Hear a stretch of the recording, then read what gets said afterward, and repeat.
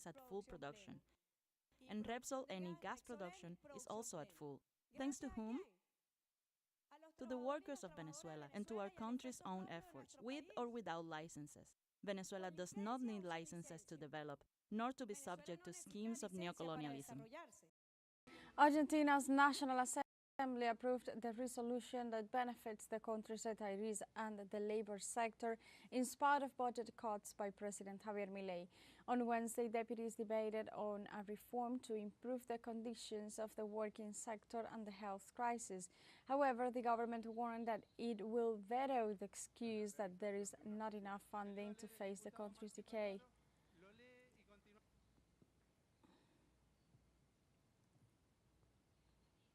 Earlier today, while Congress was discussing its decision, retirees in Argentina mobilized in front of the National Congress to express their disapproval of the neoliberal policies implemented by the administration of Javier Milei, who seeks to criminalize protest in the country.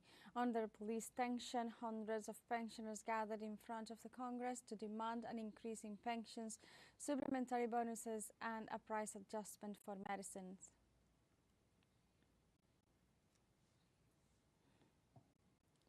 Also on Wednesday, and 10 years after the historic day that marked the beginning of a feminist wave in Latin America, the movement called Ni Una Menos mobilized with retirees Wednesday in front of Congress to protest Javier Milei's adjustment policies.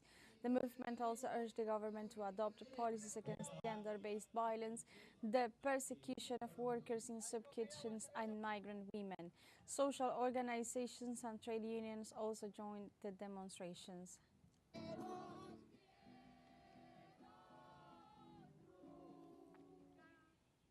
In Venezuela, revolutionary forces celebrate the swearing-in of the re-elected governor of the eastern state of Monagas, Ernesto Luna. Supported by the Secretary General of the United Socialist Party of Venezuela, Diosdado Cabello, the governor of the state reaffirmed the fulfillment of task to deepen the construction of a prosperous state. He also expressed his vision of turning Monagas into a model state with opportunities and economic growth. Likewise, Luna ratified his political idea to continue materializing the social achievements for the benefit of all the sectors.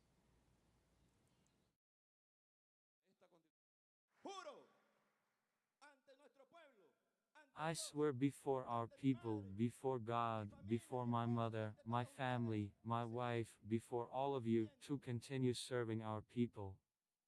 To continue serving, to build nothing more and nothing less than the most prosperous and beautiful Monagas, and that together we are building.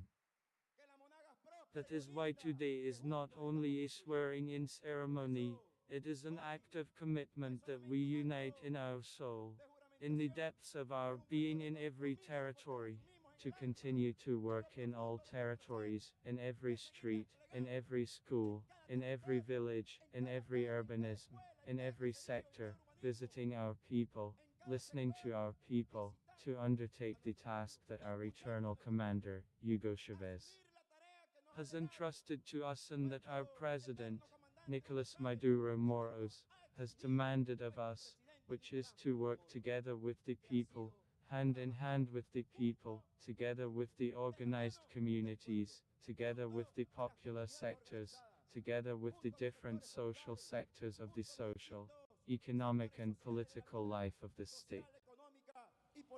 The Secretary General of the PSUV, Diosdado Cabello, highlighted the effort to win in Monagas under clear lines and rules of work for the benefit of the people.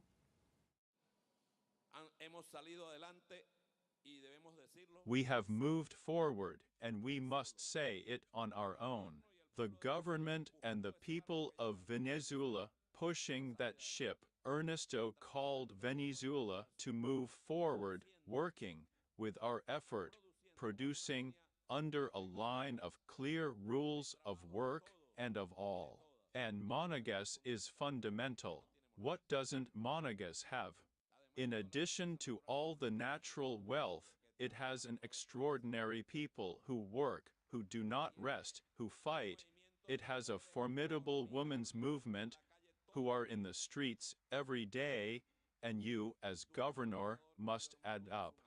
That 3–4% that did not vote come here, let's invite them.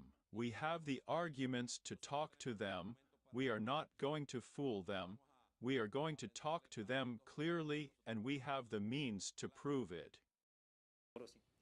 Recent measures by Cuba's telecommunications company Texa have sparked social debate in Cuba. Our correspondent Fabiola Lopez tells us what the public thinks. En las últimas horas en Cuba no se habla de otra cosa. In the last days in Cuba, everyone is talking about the same thing. The topic is on the streets and on social media. Cuban telecommunications company Texa is increasing internet access rates to prices that, for many, are far from the reality of their salaries. The measure is causing dissatisfaction and is being described as unpopular. Many agree that the decision was not adequately explained and that communication failed. The people were not informed in advance. Look, we are going to take this measure because there are problems with the company. We need investments. In other words, to have an open discussion, but this never happened. The public opinion was bad. I feel disappointed because it affects me and it affects everyone. I believe that aside from the fact that the measure is unpopular due to its content, it was very poorly communicated. It is true that it affects the research for our school projects, but we must understand the need the country had to take this measure. It was not taken lightly or arbitrarily. It was done out of a need for foreign currency. El ciberespacio está que arde. Cyberspace is on fire and social media are extremely active. Many are warning of the political cost of the measure, while others argue that the internet on the island is on the verge of collapse and that the next headline may not be about a new raid, but rather a nationwide service outage. Authorities insist that there is a real emergency, as the blockade is brutal and the situation is extremely critical due to the lack of foreign currency. We are facing debts today that we cannot pay, which means that we cannot import more technology, that we cannot import supplies, that we cannot import these things that we must buy abroad, the things that serve us, that we need in order to continue, not to develop and grow, but to maintain the services we currently have. Llueven los memes y los fake news. Memes and fake news are running wild. Bad faith and opportunism arise. Some try to advance their anti-government and counter-revolutionary agenda under the pretext of new internet rates. However, the University Student Federation takes a stand against those who seek to undermine the country's stability. Executives from Texa, together with the party and the government, are engaging in constructive dialogue with the students to find solutions. I was talking about how irresponsible it is in the complex situation we are experiencing to incite violence, disorder, disobedience, and chaos.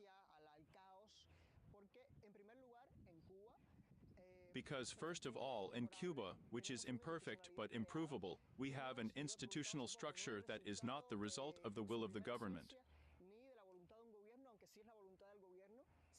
but rather the result of a tradition of popular participation that goes back more than 60 years of revolution built with the people, and that tradition provides the space for dialogue. There were calls to rallies and sit-ins on the university steps, calls that have not come from the University Student Federation. For Professor Ernesto Teuma, the increase in fees, which many consider disproportionate, has resulted in a conflict that does not necessarily have to be seen as negative. It is an adjustment in the midst of the consumption crisis, the responsibilities of public companies.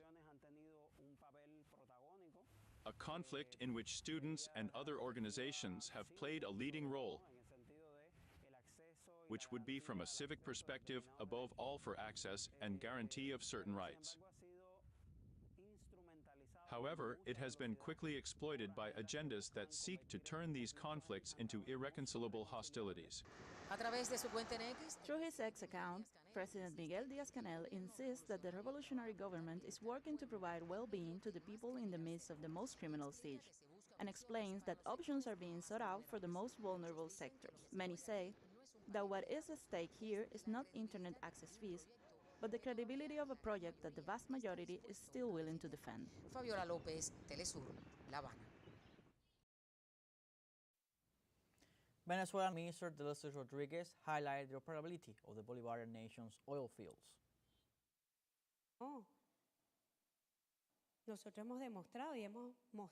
We have proved and evidenced how Venezuelan workers in the oil industry are working hard to maintain production in those wells.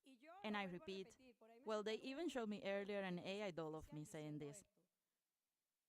But at this